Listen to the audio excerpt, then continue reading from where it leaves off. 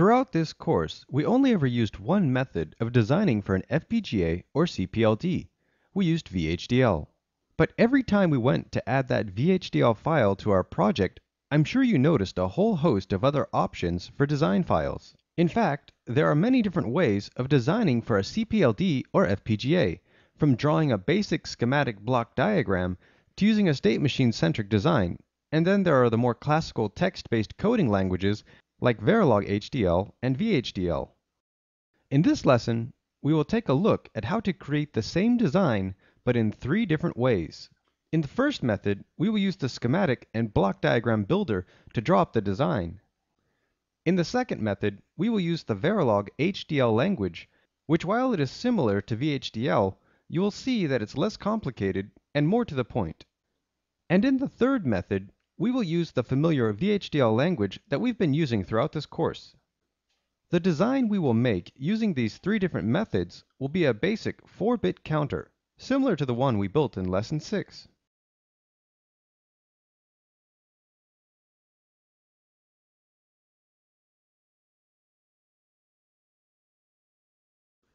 For the first project, we'll use the schematic method, so use the new project wizard to build the project. I'll save the project on the desktop in the FPGA/lesson10/lesson10A folder, and the project will be named Lesson 10A. Select the EPM3032 ATC44-10 CPLD device for the project, then finish off the project creation. Now add a blank block diagram schematic design file to the project. To add components, we use the symbol tool. Inside of the symbol tool, there's a wide variety of different parts that you can drop onto the schematic and use, from logic gates to 74 series ICs. The first thing we'll want to add to the schematic are GND ground and VCC power connections. After that, we need our 4-bit counter IC, the 74193, and now we'll add input and output pins. To use that, we use the pin tool. So first we'll add 2 input pins. These will be the clock and reset pins for our project. So we rename them and then use the orthogonal node tool to connect them to the 74193. We'll never be using the other input pins, so we'll connect the load pin to power and ABCD inputs to ground. Afterwards, we'll use the pin tool again to add 4 output pins. Then each pin is renamed from LED 0 to LED 3.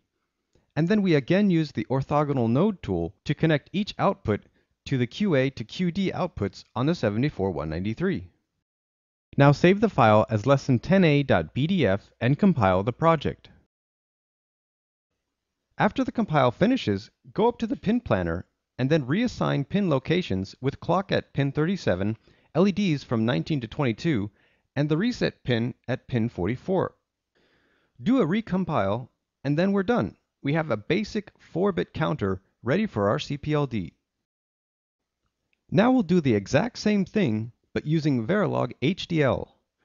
I'll save the project on the desktop in the FPGA Lesson 10, Lesson 10B folder, and the project will also be named Lesson 10B. Then choose the EPM3032 ATC44-10 CPLD device and complete the project creation process. This time, we'll add a new Verliog HDL file to the project. In Verliog, the first thing you define is your top-level module's signals. Then you go through and define which ones are inputs and which ones are outputs, along with how many bits wide they are. We'll also be using a register to hold the counter's current value. Next, we will make a process that should always run whenever there is a positive edge transition on the clock or reset input signals. Then we begin our process by first checking if reset has been triggered. If it has, then the reset count value should return to 0. Otherwise, increment the count value. Lastly, we assign the count value to the LED output. And now save the project as lesson10b.v and start the compile process. After it succeeds, use the pin planner to assign the same pin locations as our previous project, then go ahead and recompile the project. And then we're done.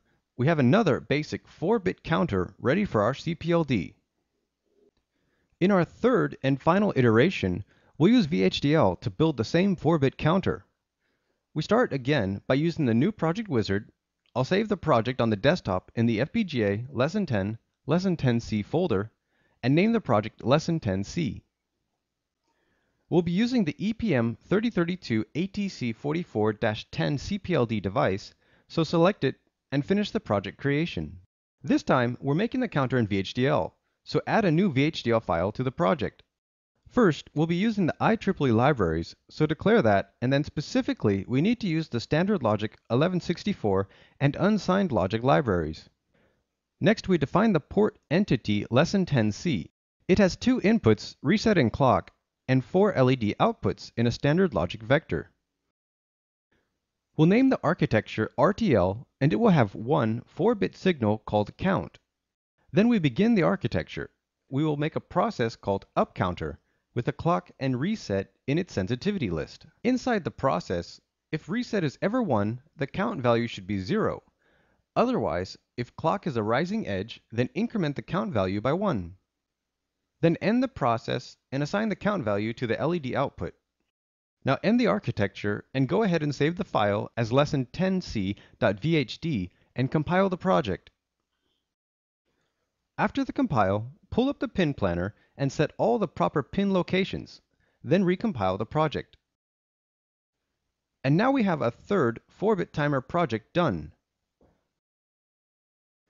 So let's go over and build up the hardware schematic that goes with these 3 CPLD projects.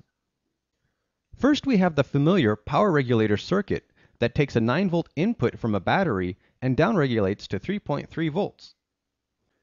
Then we have the CPLD connections, power connections up top, ground connections at the bottom, a reset pull-down resistor at pin 44, and 4 LEDs with resistors from pin 19 to pin 22. Finally, we have the clock generation circuit, which uses an ICM 7555 timer to output a clean clock from pin 3. The clock frequency from this setup will output at about 10 Hz. And that's the complete hardware schematic.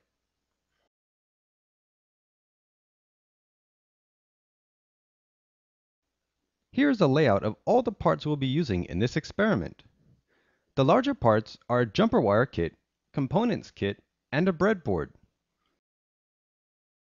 The smaller parts from the components kit are a CPLD breakout board, ICM 7555 timer module, LM317 voltage regulator, 3 10 microfarad capacitors, 5 470 ohm resistors, 1 390 ohm resistor, 1 240 ohm resistor, 3 10 kilo ohm resistors, 5 red LEDs, and a 9-volt battery connector.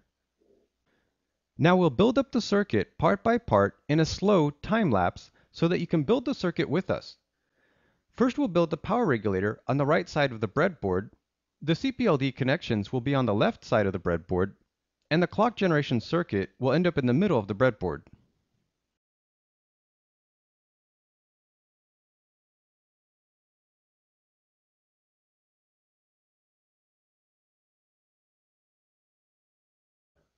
With the circuit ready, connect the 9-volt power, along with the JTAG connector and USB to the computer for programming.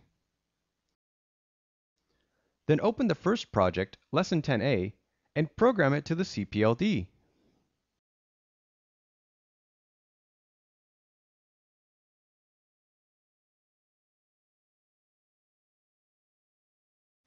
Here you can see it's counting, just as we would expect a 4-bit binary counter should. So let's go back and change the programming file to lesson10b.pof and program it to the CPLD.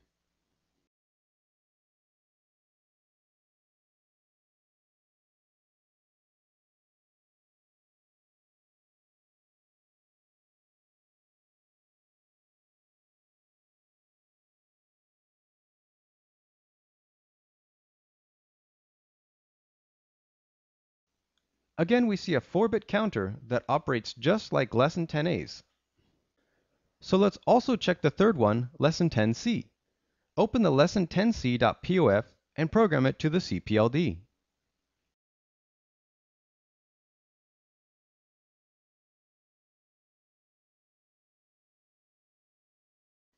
Still, the counter is operating exactly the same, So here's proof that it doesn't matter whether you use the schematic method, Verliog HDL, or VHDL. You can get the exact same operation using any of the methods for building a CPLD image, leaving the choice to you for which one you want to use for your designs. In the real world, the schematic block diagram is typically only used for smaller designs. But in addition to the schematic, there are other types of block diagram design methods that use the Simulink flow part of MATLAB to harness the parallel power of FPGA and CPLD. Verilog HDL is a big champion in the private industry world for a variety of reasons, but as examples, Intel and Cisco are big users of Verilog HDL as well as System Verilog. On the flip side, VHDL is commonly used by governments, especially in the United States, because of its development roots in the defense industry. All parts in this online course were provided by the Gadgetory. Visit them at gadgetory.com/pyroedu. We hope you thoroughly enjoyed this course and learned enough to get you excited to continue further into the world of CPLDs and FPGAs. Thank you for following this course, and good luck.